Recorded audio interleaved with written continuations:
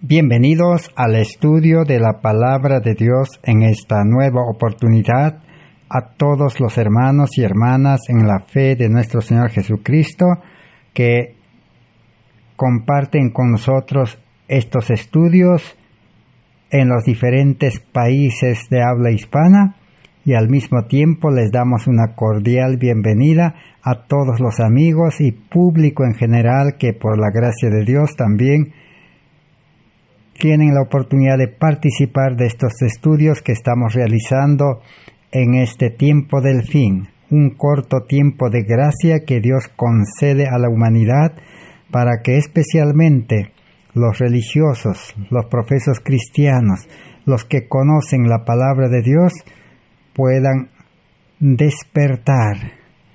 Todos somos llamados a un despertamiento general, levantarnos del sueño del pecado a una luz, a una vida de santidad, de justicia y de salvación. La Biblia ofrece pues una salvación completa, una salvación del cuerpo físico, es decir, Cristo ha prometido conceder la salud física perfecta al nuevo creyente nacido del Espíritu.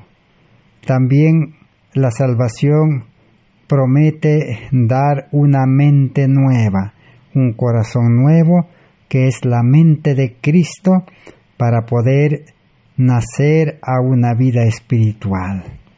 Y en general, la salvación es recibir la vida eterna en una nueva vida espiritual, nacido del Espíritu, engendrado por el Espíritu Santo en carne humana, para que el carácter de Cristo pueda reproducirse en el nuevo creyente.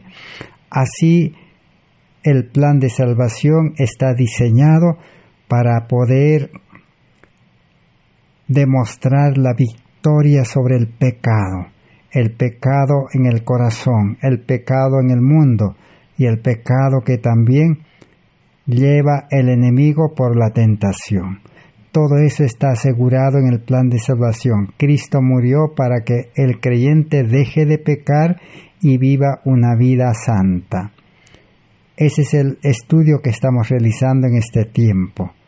Estamos en el estudio número 477 de esta serie de salvación por medio de la justicia de Cristo, es decir, salvación por medio de la vida de Cristo. Una salvación completa por medio de una transformación total. ¿Y quién es el que realiza esa obra de salvación total? Es Dios, es Cristo, el Espíritu Santo, como dice en 2 Tesalonicenses 5:23, el Dios de paz os santifique cuerpo, alma y espíritu. ¿Quién santifica? ¿Quién justifica? ¿Y quién prepara al creyente para la vida del cielo? Es Cristo. Cristo morando en el creyente. Cristo obrando en él la nueva criatura. Cristo siendo el líder, el maestro, el piloto, el arquitecto del carácter. Así entonces el plan de salvación está diseñado para que la justicia se manifieste en este tiempo cuando el mundo vive una vida de injusticia.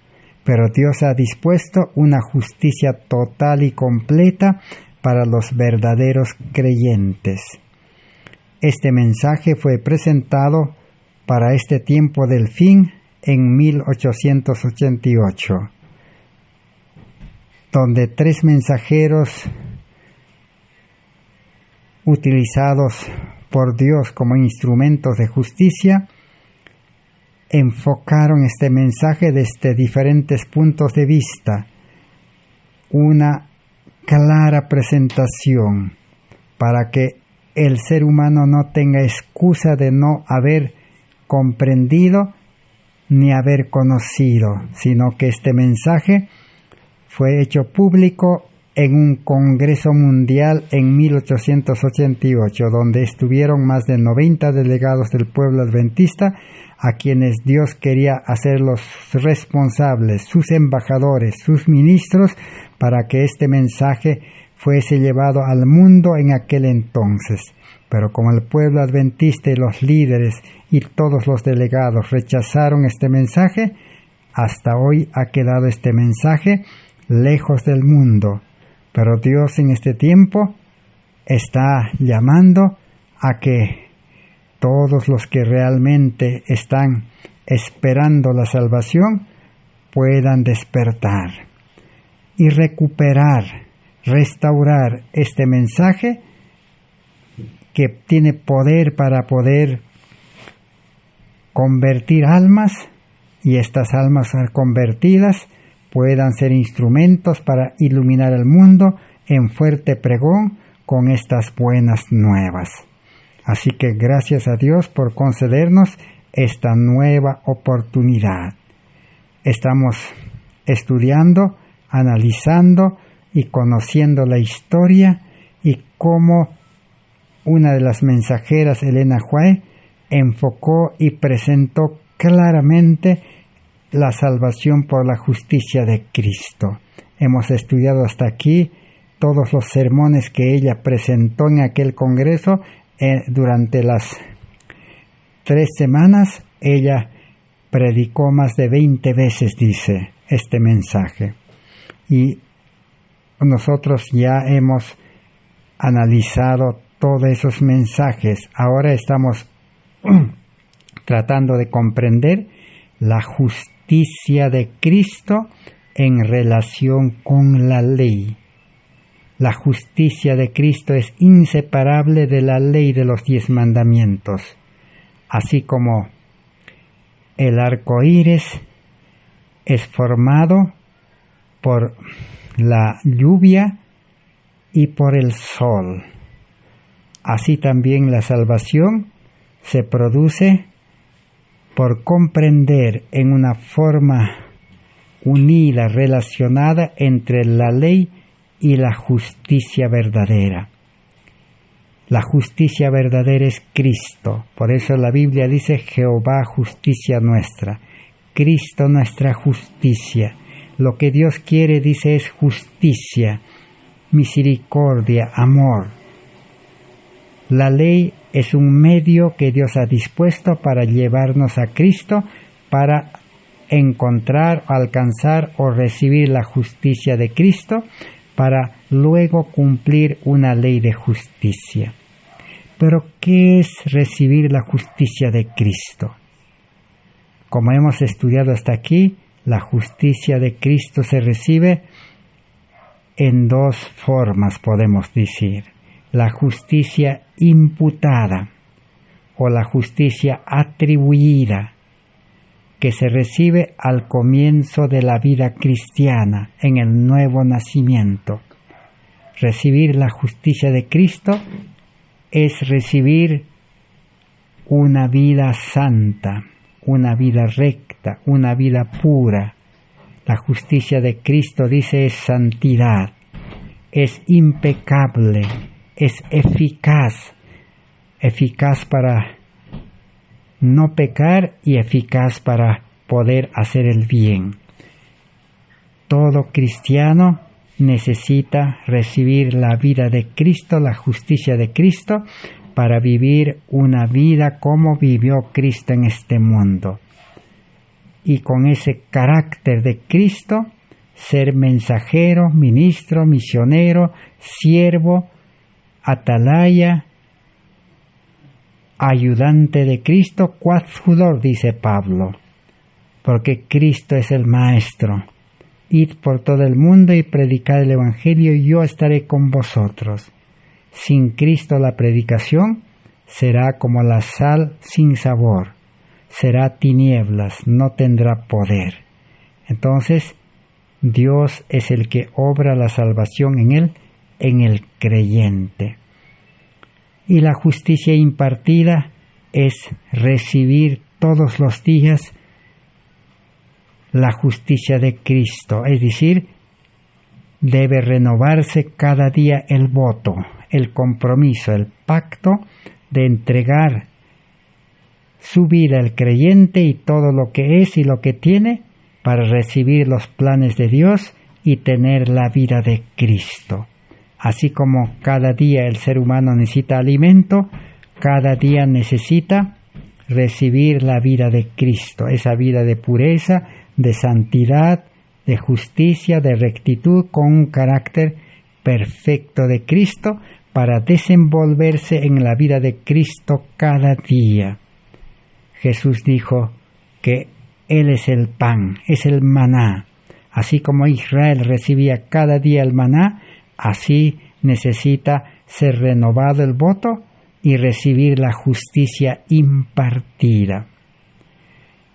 La salvación comienza entonces desde el mismo comienzo con el nuevo nacimiento, pero en vida santificada, en vida de plena obediencia a los mandamientos de Dios, pero una obediencia que brote del corazón, una obediencia voluntaria, una obediencia natural. Los salvados en vida espiritual no dependen de las obras de la ley, de la justicia por la ley que el hombre pueda realizar. Cristianismo no es obedecer normas. Cristianismo no es cumplir mandatos. Cristianismo no es obedecer a la palabra escrita de la Biblia o de los testimonios. Cristianismo es tener a Cristo, el Espíritu Santo, morando en el corazón, y el Espíritu Santo es el que hablará a la mente del ser humano, a su conciencia. La conciencia es la voz de Dios. Y por medio de la conciencia, el Espíritu Santo dirige la vida del cristiano hacia la obediencia. Así se produce la obediencia que sale de adentro hacia afuera. Primero debe haber una limpieza interna, obediencia interna, rectitud interna, para que se refleje en el exterior una vida santa. No es como el legalismo enseña, que hay que cumplir normas, hay que cumplir mandatos, hay que hacer obras externas para esperar que la vida del creyente sea santificado. Esa forma de obediencia es el legalismo y nunca el ser humano va a cambiar. Porque primero el corazón debe ser cambiado. Del corazón mana la vida. Proverbios 4:23 dice que del corazón mana la vida. O sea, la vida debe ser cambiado. La vida pecaminosa, con naturaleza pecaminosa, el hombre carnal con su mente humana debe ser desechado. Pablo dice debe estar como en la cruz. Jesús dijo en San Mateo 11:28 al 30, debe ser subyugado. Subyugado quiere decir amarrado. ¿Para qué? Para que el hombre carnal muera cada día. Por eso Pablo dice, cada día muero. Y Cristo es formado en el interior, el hombre espiritual, la vida nueva, cada día tiene que crecer en santidad, en justicia, llena de buenas obras y lleno de la luz para iluminar el mundo, lleno del amor de Dios. Así, entonces, la vida cristiana debe desarrollarse plenamente. Y así el cristianismo demostrará que Dios existe, un Dios poderoso que puede liberar completamente del pecado. Ese es el mensaje de justificación por la fe que cada ser humano pecador necesita. Ese es el mensaje que el mundo necesita. Porque una vez liberado del pecado que está en el corazón del ser humano, en la mente del ser humano, Y una vez liberado también de este mundo de pecado, porque todas las actividades, todas las cosas de este mundo están contaminados de pecado. Una vez liberado de ello por el poder del Espíritu Santo y de Satanás, el cristiano se mantendrá en paz, gozoso, lleno de amor, lleno de gozo y lleno del Espíritu Santo, y podrá enfrentar valientemente la crisis final a que el mundo está llegando, al tiempo de angustia. Así como Daniel y sus compañeros en Babilonia enfrentaron a Babilonia. Hoy el cristianismo verdadero ha de enfrentar a los poderes del mundo que se están uniendo. Babilonia muy pronto comenzará a dominar el mundo. Y estamos ingresando a ese tiempo. Por eso necesitamos más que nunca estudiar este mensaje de justificación por la fe. Ahora vamos a continuar estudiando en qué contexto, en qué forma existe el peligro de enseñar enseñanzas confusas de justificación por la fe, enseñanzas confusas de salvación por fe y obras. Satanás ha distorsionado este mensaje de salvación por la justicia de Cristo. Ya en 1888 apareció un mensaje similar que en aquel tiempo se llamó panteísmo. El doctor Kellogg, un líder adventista, escribió un libro acerca del panteísmo. ¿Qué es panteísmo? Panteísmo es decir de que Dios está en cualquier cosa. Dios está en la planta, Dios está en los animales, Dios está en la persona. Y por eso hoy el mundo religioso, el cristianismo, ha adoptado el panteísmo disfrazado. Por eso los líderes que dicen, Dios está con nosotros, Dios está con nosotros, en nosotros, nosotros somos hijos de Dios, dice, somos cristianos, Dios nos va a bendecir, Dios hace en nosotros. Dios no puede morar en un hombre pecador. Eso es la base del paganismo. Cristo es un Dios santo, puro, limpio. No puede morar en un corazón carnal egoísta, en un corazón pecaminoso. Cristianismo es que Cristo vive en una vida pura, en un corazón limpio, en una mente recta. Allí Dios mora. Para morar Cristo en el hombre, tiene que haber nuevo nacimiento, desechar al hombre viejo y recibir una vida nueva. Entonces, pero panteísmo es creer que basta que el creyente pida a Dios el Espíritu Santo y ya el Espíritu mora en él.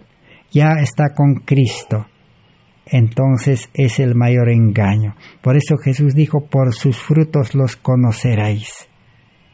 Si produce frutos de santidad, lo que el cristianismo cree y enseña. Si produce frutos de amor, de paciencia, de temperancia, de gozo, de felicidad, de amor, entonces está en lo correcto.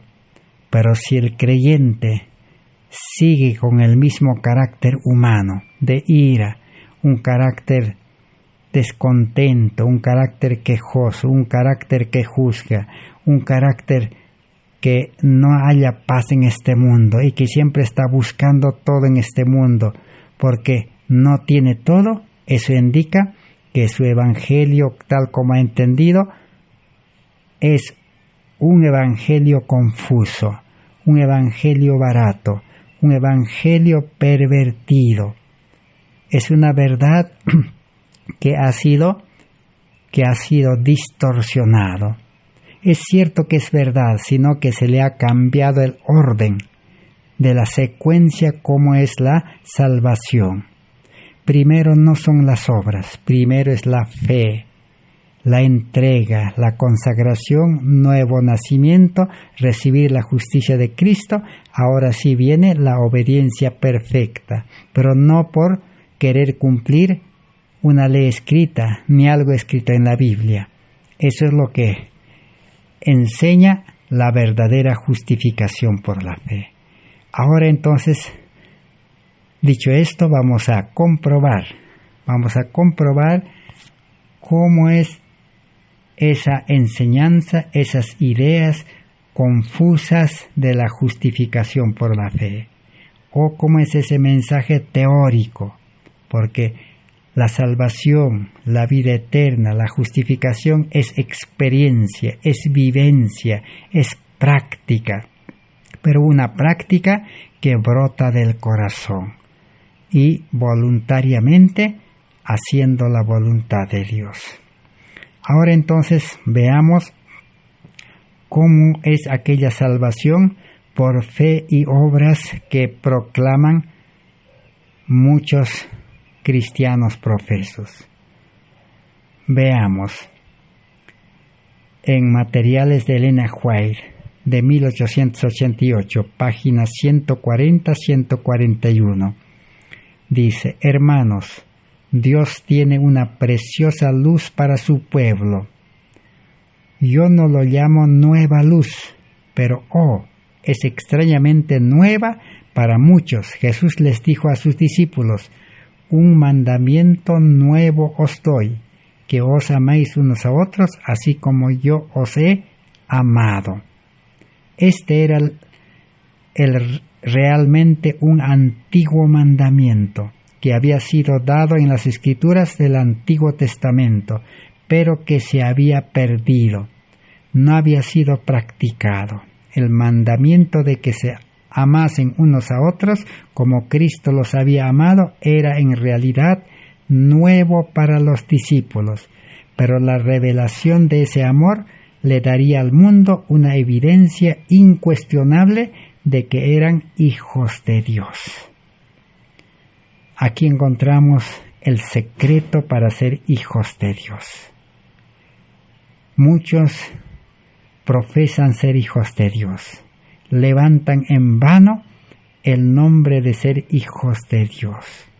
Para ser hijos de Dios tienen que nacer para tener ese amor. 1 Juan 4:7 dice: el que ama a su prójimo como a sí mismo ha nacido de Dios. Entonces, si verdaderamente el creyente ha nacido espiritualmente y tiene el amor de Dios, entonces vivirá en amor a sus prójimos como Cristo vivió en este mundo. Ese es el antiguo mandamiento. Ese es el mandamiento que recibió Adán y Eva antes del pecado, porque Adán y Eva fueron creados con ese mandamiento del amor en el corazón. Pero cuando pecaron, perdieron ese mandamiento del corazón, y Satanás lo reemplazó con el amor egoísta. Y todo ser humano nacemos con ese amor egoísta. Pero el plan de salvación ha provisto que en el nuevo nacimiento del Espíritu el hombre puede recibir de gracia como un milagro nuevamente ese antiguo mandamiento del amor en el corazón, para vivir como Cristo. Así debería vivir el cristianismo, no interesa qué nombre tenga su iglesia, con el amor de Cristo en el corazón, recibido por fe y gracia. ¿Cómo es esa vida? El ejemplo ya está dado. Jesús dejó el ejemplo y lo demostró, dice, con sus discípulos. Todos los días los creyentes con Cristo vivían, andaban, predicaban, enseñaban, sanaban enfermos y asistían a la gente. Y todo compartían por amor. Nadie decía ser suyo y nadie creía ser el grande o pequeño, todos eran iguales. Ese es el amor, compartir la palabra de Dios, compartir las necesidades de la vida, compartir el trabajo misionero, todos en unidad. Es que el amor de Dios une a los creyentes, así como Jesús se unió con los discípulos y con todos los que aceptaban el Evangelio de salvación. Entonces preguntémonos, hoy en día las iglesias, los ministerios, los grupos, las religiones, todos viven así en unidad con ese amor de compartimiento. Si es así, realmente han aceptado, han recibido la luz de la justificación por la fe. Una nueva luz, porque esa forma de vida religiosa nunca se ha visto desde el día de los apóstoles. Y Dios quiere restaurar esa vida religiosa de unidad, de amor y de trabajar para salvar las almas que están pereciendo en el mundo.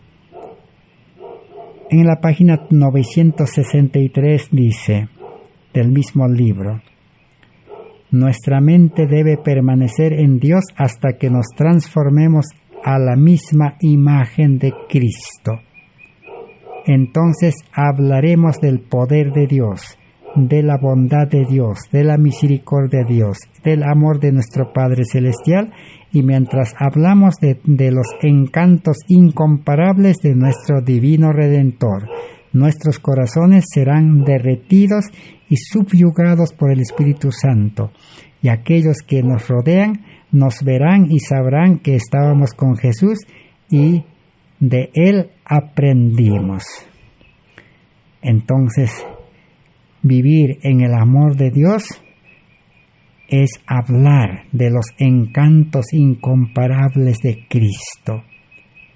El que comprende realmente el amor de Dios, el que conoce a Dios en todo su carácter, descrito en la ley, en la Biblia, en los testimonios, solamente hablará, dice, de Cristo, y Cristo le encantará. Así como en la naturaleza encontramos animales, el gato encanta a los pájaros, aún la serpiente encanta a los pájaros.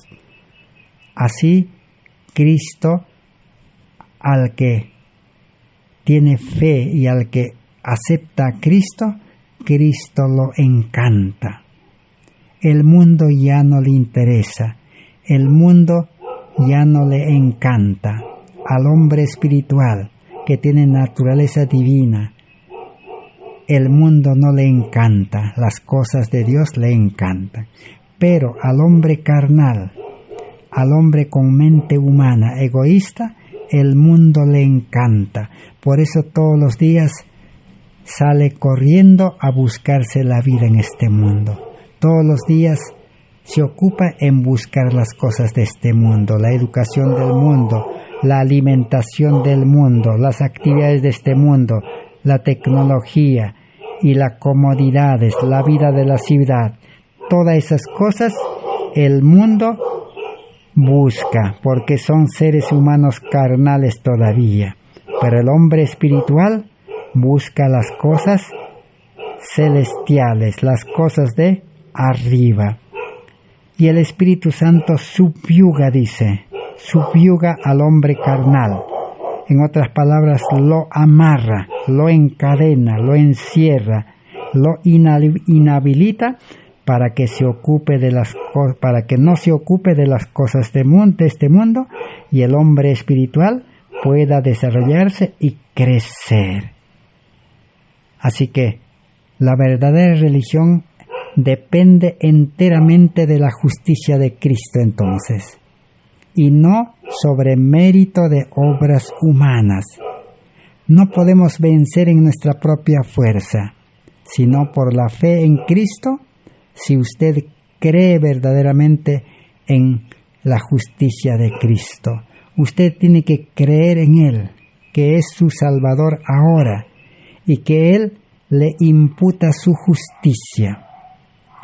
Si usted, si yo creemos que Cristo me imputa, me regala me da su justicia, esa vida santa, esa vida de rectitud, de santidad, esa vida impecable, esa vida eficaz, entonces podremos empezar una vida nueva.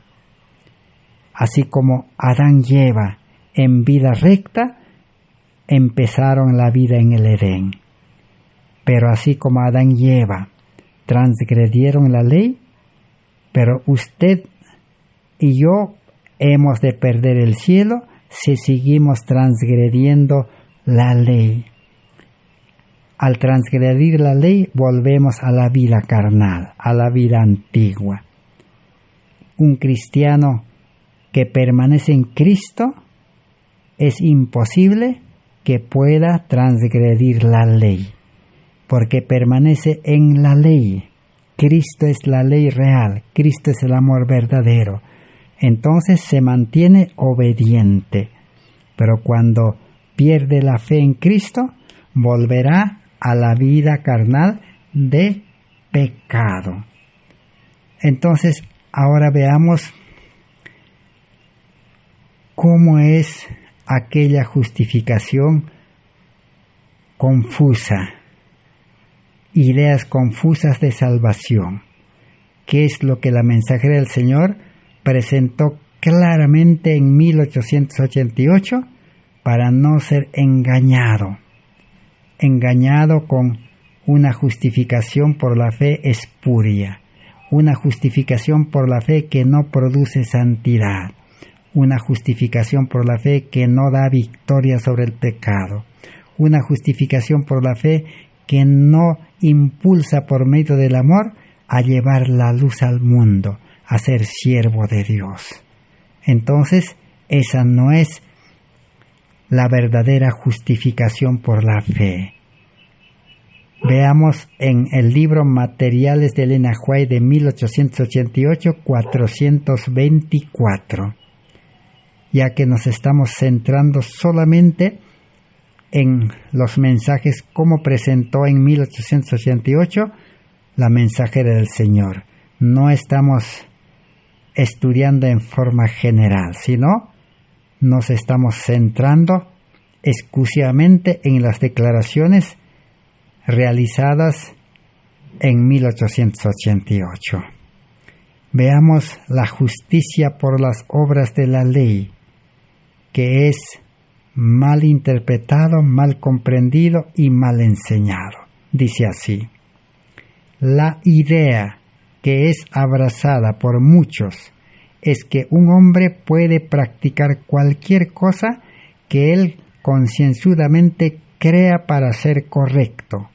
Pero la pregunta es, ¿tiene el hombre una conciencia bien instruida o es sesgado o pervertido por sus propias opiniones preconcebidas?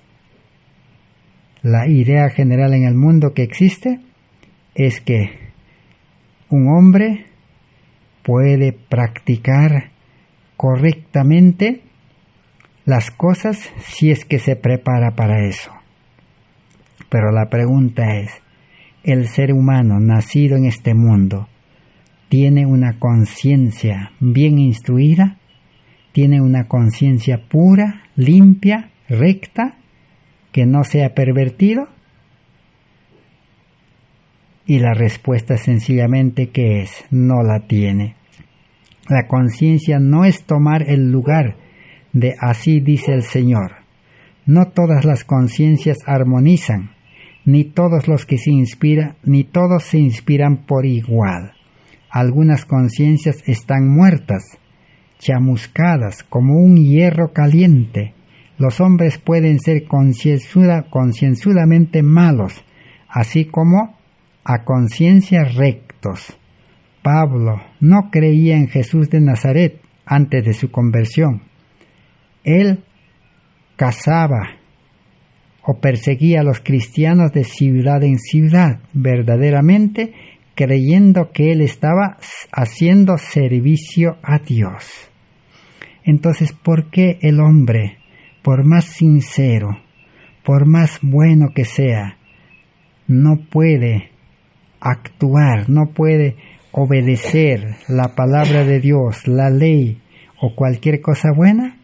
Porque sencillamente tiene conciencia pecaminoso, conciencia pervertido, una conciencia malogrado, silenciado, que no puede discernir ni escuchar la voz de Dios. Ejemplo tenemos de Pablo. Pablo, el mayor religioso de su tiempo, al aborrecer y perseguir a los cristianos, pensaba que estaba sirviendo a Dios.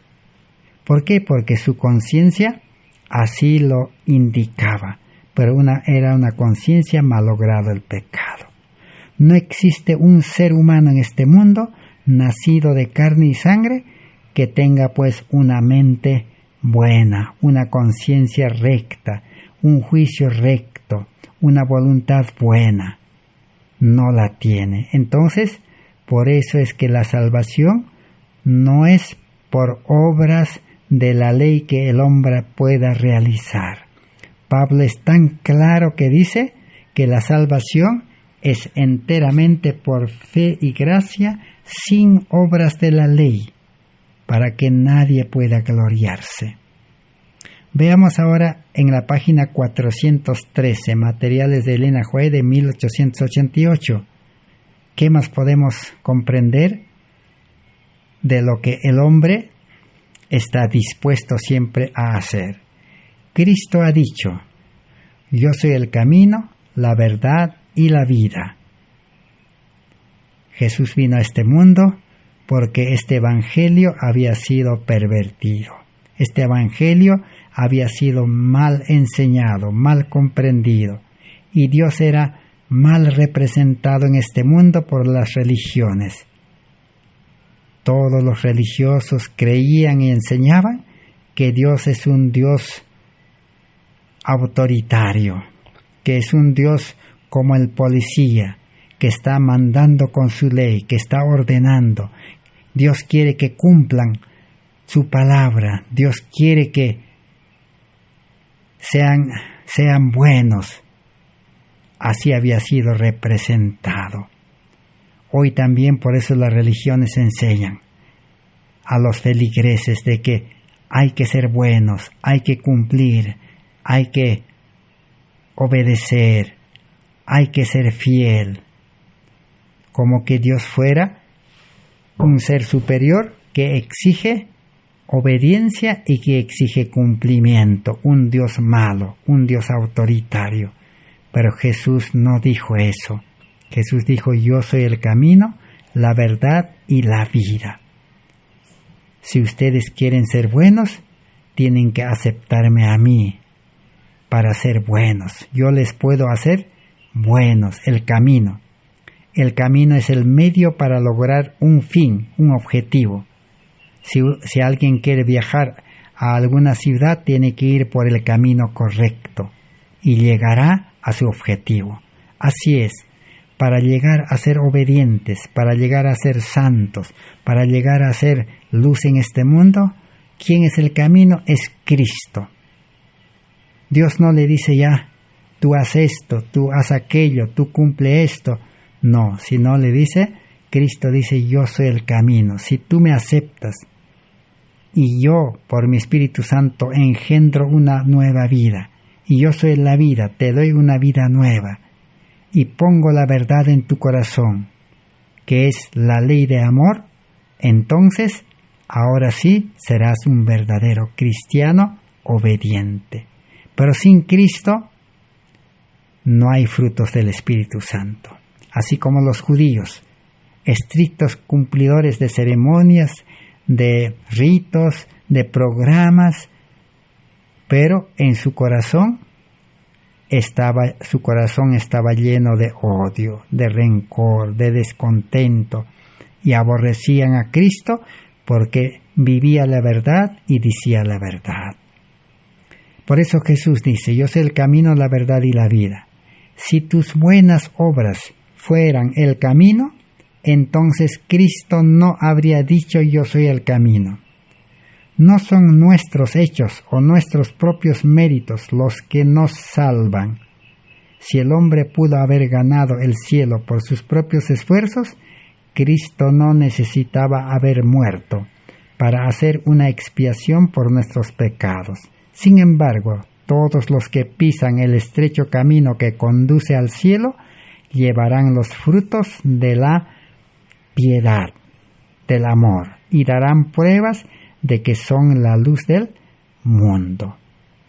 Así que, si el hombre pudiera aprender a obedecer con la ley, con la Biblia, los testimonios, entonces Cristo no hubiera necesitado morir. Cristo no hubiera necesitado nacer del Espíritu en este mundo y vivir una vida de obediencia sin caer en pecado, que es la justicia de Cristo. Pero como Dios conoce que el hombre pecador, el hombre con naturaleza pecaminosa, no puede ser obediente, entonces Cristo tuvo que venir. Cristo murió para que el hombre deje de pecar. Cristo vivió para que el hombre creyente reciba la vida de Cristo, la justicia de Cristo, para vivir en santidad. Entonces la salvación no es por las buenas obras que el hombre pueda realizar. Y más adelante vamos a ver, ni siquiera una parte, porque algunos dicen, bueno, el hombre debe esforzarse a hacer su parte y Dios lo completará. No es así, porque la justicia de Cristo que hemos estudiado, que es el manto inmaculado, blanco, sin mancha de pecado, que Cristo quiere regalar al creyente que le acepta por fe, esa justicia no tiene, dice, ningún hilo de invención humana. O sea, no hay fuerza humana, no hay sabiduría humana, no hay parte humana en esa justicia, en ese carácter, en esas obras de Dios, no hay. Pero ¿cuál es la parte del hombre? La parte del hombre es la fe, entrega completa y permanecer en Cristo, velar y orar, es la parte del hombre. Y Dios hace la obra en el creyente. Y el creyente es un instrumento que refleja la vida de Cristo. Se manifiesta la obediencia por medio del hombre carnal, pero no es el hombre carnal el que produce obediencia, es Cristo. Por eso Cristo vino y murió para dar esa salvación. Veamos ahora en la página 812, materiales de Elena White. Déjese distinto y claro el asunto de que no es posible efectuar ninguna cosa en nuestra posición delante de Dios o en el don de Dios para nosotros por medio del mérito de seres creados. Así que debe quedar bien claro que no es posible efectuar ninguna cosa. El hombre no puede poner ninguna parte humana. Si la fe y las obras adquiriesen el don de la salvación para alguien, el Creador estaría en obligación para con la criatura. Ahí está donde el mundo religioso se confunde en el libro de Santiago. Santiago dice, la fe sin obras es muerta. Entonces, el cristianismo enseña ideas confusas y dice, hay que creer en Dios. La fe es esencial. Pero para que la fe sea verdadera y correcta, hay que obedecer. Hay que, como quien dijera, hay que aumentarle obras. Hay que ponerle obras a la fe. Por eso le dicen, hermano, dice, hermana, tienes que obedecer, tienes que cumplir, tienes que ser fiel, tienes que hacer esto, aquello, tienes que predicar, tienes que amar a tu prójimo. Como si la fe no tuviera poder o vida. Y realmente, ¿por qué el creyente necesita que se le ordene, que se le guíe, que se le dirija por los líderes? Es que realmente no tiene fe. La fe del cual habla Santiago es de una fe viva, de una fe poderosa, de la fe de Jesús, que dice Apocalipsis 14:12, que es el resultado del mensaje de los 3 ángeles. Aquí está la paciencia de los santos, los que guardan los mandamientos de Dios y tienen la fe de Jesús.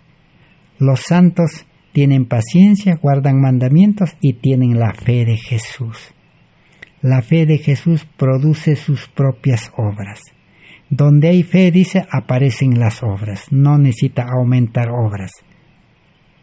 Pero hoy los líderes religiosos siguen enseñando como en el tiempo de Jesús, como los fariseos, como los saduceos, como los judíos, como los sacerdotes, de que hay que cumplir normas, leyes.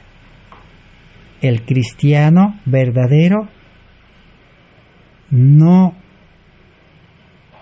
ha de necesitar cumplir normas, leyes o mandatos. Él ya es cumplidor. Si tiene fe en Cristo, está unido a Cristo, tiene a Cristo, el amor, el Espíritu en el corazón, la obediencia, las obras brotan del corazón. Él es cumplidor de la ley. Él vive obediente. Él es la luz del mundo. Entonces no necesita preocuparse en querer cumplir. Él ya es cumplidor. Pero ¿quién está tan afanado? ¿Quién es el que se esfuerza por cumplir, por hacer las cosas? Es el que no tiene obediencia. Es el que no tiene fe. Yo no sé cómo podríamos ilustrar. Vamos a ilustrar, por ejemplo, si una persona, si un ser humano en este mundo tiene un capital, tiene dinero, vamos a decir, tiene $100,000 que ha recibido de gracia. Este ser humano que tiene este capital, este dinero, ¿se preocupará, se esforzará por trabajar y por tener dinero? Ya no. Solamente se esforzará y trabajará para utilizar correctamente el dinero que tiene. Tiene suficiente dinero para vivir. Pero ¿quién es el que todos los días sale a trabajar, a buscar dinero porque lo necesita? Es aquel que no tiene. El que no tiene tiene que salir todos los días a obrar, a trabajar. Así es la fe. La fe es como si uno tuviera $100,000, digamos. Si uno tiene fe verdadera en Cristo, está unido a Cristo, tiene a Cristo que es todo. Cristo es salvación, Cristo es justicia, Cristo es santidad, Cristo es obediencia, Cristo es poder, Cristo es las riquezas eternas, Cristo aún provee las necesidades del hombre, así como para Israel en el desierto le alimentó. Si tiene a Cristo por fe, tiene todo. No necesita aumentar con obras. La fe produce sus propias obras, pero si la fe no produce obras, Santiago dijo, es muerta. Porque un muerto no hace nada, una planta muerta no produce frutos.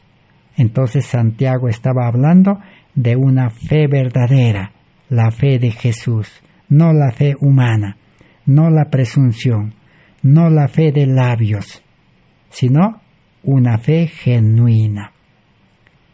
¿Y cómo viene la fe? ¿Cómo se recibe la fe? Por el oír la palabra de Dios, por el estudio. Por eso el creyente tiene que estudiar todos los días la palabra de Dios. ¿Mínimo cuánto tiempo? Mínimo tiene que estudiar una hora. Y después irá aumentando a 2 horas, a 3 horas, a 4 horas, a 5 horas. Como el Espíritu le dé tiempo, le guíe y le enseñe. Dependerá de la obra del Espíritu Santo en el creyente. Cuanto más estudia, cuanto más comunión está con Dios, la fe crece, la fe se fortalece y la fe se vuelve poderosa y producirá sus propias obras. Para el mundo religioso, como hemos dicho, usted puede comprobar. A todos nos gusta cumplir, a todos nos gusta ser fiel, a todos nos gusta hacer las cosas. A Jesús Cuando Jesús estaba enseñando este mensaje, yo soy el camino, los judíos, los religiosos le preguntaron en San Juan 6, 26 al 28.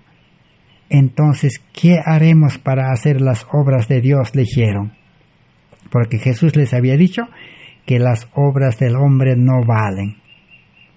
Está contaminado de egoísmo. Y ellos preguntaron a Jesús, Señor, dijeron, ¿qué debemos hacer para hacer las obras de Dios? ¿Cómo es hacer las obras de Dios? Jesús, ¿qué les dijo? Hacer las obras de Dios es creer en aquel que Él ha enviado.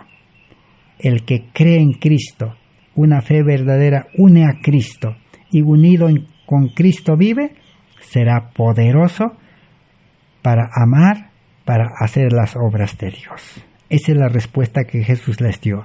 Jesús no les dijo, cumplan la ley, hagan esto, aquello. Es como a un niño obediente. Si el niño es pues bien obediente, su padre o su madre le dirá al niño, tienes que obedecer, tienes que cumplir. ¿Le llamará la atención? No. Le felicitará y le dirá, hijo, está bien, sigue adelante porque tú eres obediente. Al obediente no necesita imponerle normas, no necesita decirle nada porque él ya es obediente. Así también el cristiano debe ser por naturaleza divina, espiritual, obediente. Pero si nosotros confiamos en que el hombre tiene que hacer algo, estaríamos en la misma posición que el paganismo, que los católicos, que los protestantes, que los evangélicos, que el adventismo. Todos a una enseñan que hay que cumplir, hay que hacer. Si el hombre dice no puede por ninguna de sus buenas obras merecer la salvación, entonces ella tiene que ser enteramente por gracia recibida por el hombre como un pecador, porque él acepta a Jesús y cree en él. La salvación es enteramente un don gratuito. Recibir la salvación, la vida eterna, vivir en obediencia, en santidad, es enteramente por fe un don gratuito, un regalo. Así como el perdón es un regalo, la santificación es un regalo. La justificación por la fe está fuera de controversias. Y toda esta discusión estará terminada luego que sea establecida la cuestión de que los méritos del hombre caído en sus buenas obras jamás podrán obtener la vida eterna para él. Ahora alguien dirá, pero entonces, ¿cómo al cielo han de entrar los que no obedecen la ley? La salvación no es por obras de la ley, pero el creyente que ha nacido a vida nueva, que tiene la ley escrita en el corazón en el nuevo pacto, vivirá una vida de obediencia, de santidad, no para salvarse, no para tener vida eterna, no para cumplir, sino él vive porque él ha sido salvado del pecado, ha sido hecho justo, obediente, y lo vive porque él es así, tiene una naturaleza divina. Entonces, su vida dará testimonio de que ahora es un nuevo hombre. Entonces, su obediencia no es para merecer mérito, no es para gloriarse, no es para decir que él es obediente, sino es para dar gloria a Dios. Veamos en la página 818 de Materiales de Elena White de 1888. Cuando los hombres aprenden que no pueden obtener la justicia por el mérito de sus propias obras y miran con firme y entera confianza a Jesucristo como su única esperanza, no habrá tanto del propio yo y tan poco de Jesús. Cuando comprendió este mensaje de que los hombres deben depender de la justicia de Cristo y no por sus méritos ni sus propias obras, ya no habrá el yo, dice. El hombre egoísta, el ego, el yo, estará ya desapareciendo, muriendo. Y todo será Cristo.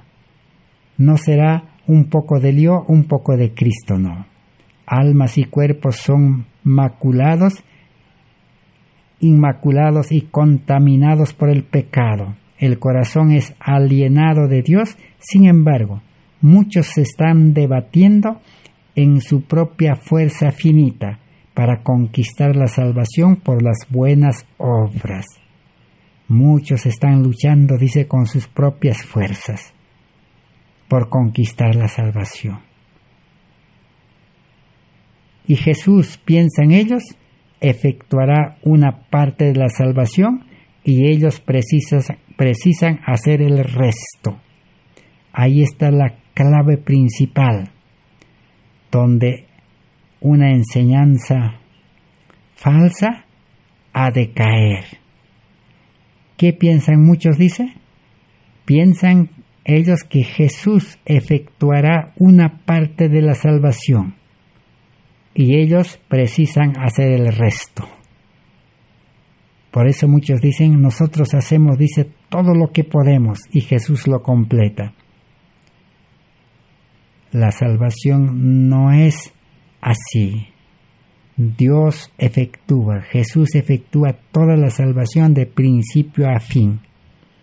El hombre no necesita hacer su parte humana, poner su sabiduría humana, su fuerza humana, y ni su habilidad, nada. Allí encontramos el primer hombre que desvirtuó la salvación. Tenemos Caín. Caín trajo lo mejor que hizo con sus propias fuerzas y fue rechazado.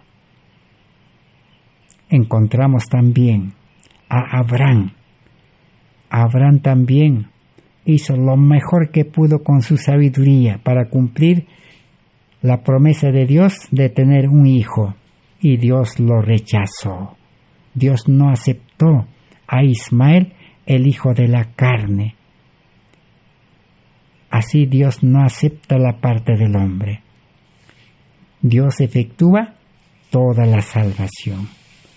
Por eso en la página 819 dice de Materiales de Elena White, el templo del alma tiene que ser sagrado, santo, puro e incontaminado.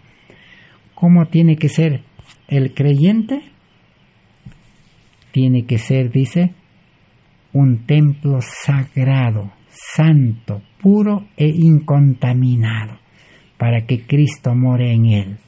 Debe haber una coparticipación en que todo el poder es de Dios y toda la gloria le pertenece a Dios. Cristo mora y toda la obra que el hombre pueda hacer es obra de Cristo en el hombre, y la gloria, dice, le pertenece todo a Cristo. Si toda la gloria le pertenece a Cristo, entonces Cristo es el que hace toda la obra. El Espíritu Santo le mueve a observar, a guardar el sábado. El Espíritu Santo le mueve voluntariamente a dar los diezmos para que el Evangelio sea predicado. El Espíritu Santo le mueve para ser temperante, para poder cuidar el cuerpo físico con una alimentación correcta. El Espíritu Santo le mueve para que pueda salir y predicar el Evangelio. El Espíritu Santo hace toda la obra en el creyente si es que el creyente permanece en Cristo. Pero si el creyente pues vuelve a su vida antigua, a la vida del yo, y hace su voluntad, su gusto, su costumbre, su inclinación, habrá caído nuevamente en la vida pecaminosa del yo. Así funciona la vida cristiana. Cristo no puede seguir morando en un corazón pecaminoso, en el que hace su voluntad, en el que busca las cosas de este mundo, porque el corazón egoísta es el que se ocupa en buscar las cosas de este mundo. La responsabilidad recae sobre nosotros. Precisamos recibir en pensamientos y en sentimientos para dar en expresión. La ley de la acción humana y divina vuelve al receptor un cooperador de Dios. Ella conduce al hombre donde él, unido con la divinidad, puede efectuar las obras de Dios. La humanidad se pone en contacto con la humanidad, el poder divino y la actuación humana combinados serán un éxito total porque la justicia de Cristo cumple todo. ¿Quién cumple todo? La justicia de Cristo. El hombre solamente cumple la ley de la acción. Dios obra en el hombre y el hombre corresponde y las obras aparecen por medio del hombre. Pero internamente, ¿quién obra las obras perfectas? ¿Quién realiza el trabajo perseverante y con éxito? Es Cristo. Pero cuando un profeso cristiano, un religioso, actúa con su fuerza, con su sabiduría, opone la parte humana, su obra fracasará. Su obra se estancará, los obstáculos lo detendrán, se cansará y no va a permanecer, no va a crecer, se estanca y cae. Por eso es que muchos humanamente con su fuerza, creyendo en Dios, salen a predicar el Evangelio, se cansan y se regresan. Otros cumplen muchas actividades, comienzan a ayudar a sus prójimos, se cansan, fracasan o hay cualquier impedimento, cualquier obstáculo, se regresan. Fracaso. Pero Dios no es un Dios de fracaso. Dios no es un Dios de retroceso. Dios no es un Dios de imperfección. El cristiano tiene que ser perfecto en Cristo, pero cuando el cristiano humanamente actúa es imperfecto. Hace quedar mal a Dios. Así entonces, la mensajera del Señor estaba presentando en 1888 cómo es un mensaje confuso de la justificación por la fe. Y Satanás no quiere que esta verdad se entienda claramente, dice, porque el día que el creyente entienda, habrá perdido su poder sobre los creyentes verdaderos. Pero mientras el creyente entienda mal, Satanás lo dominará y nunca podrá vivir una vida perfecta, santa, con el carácter de Cristo, el cristiano en este tiempo. Gracias por vuestra atención, gracias a Dios. Esperaremos, Dios mediante, volver en el próximo estudio. Amén, así sea, Señor.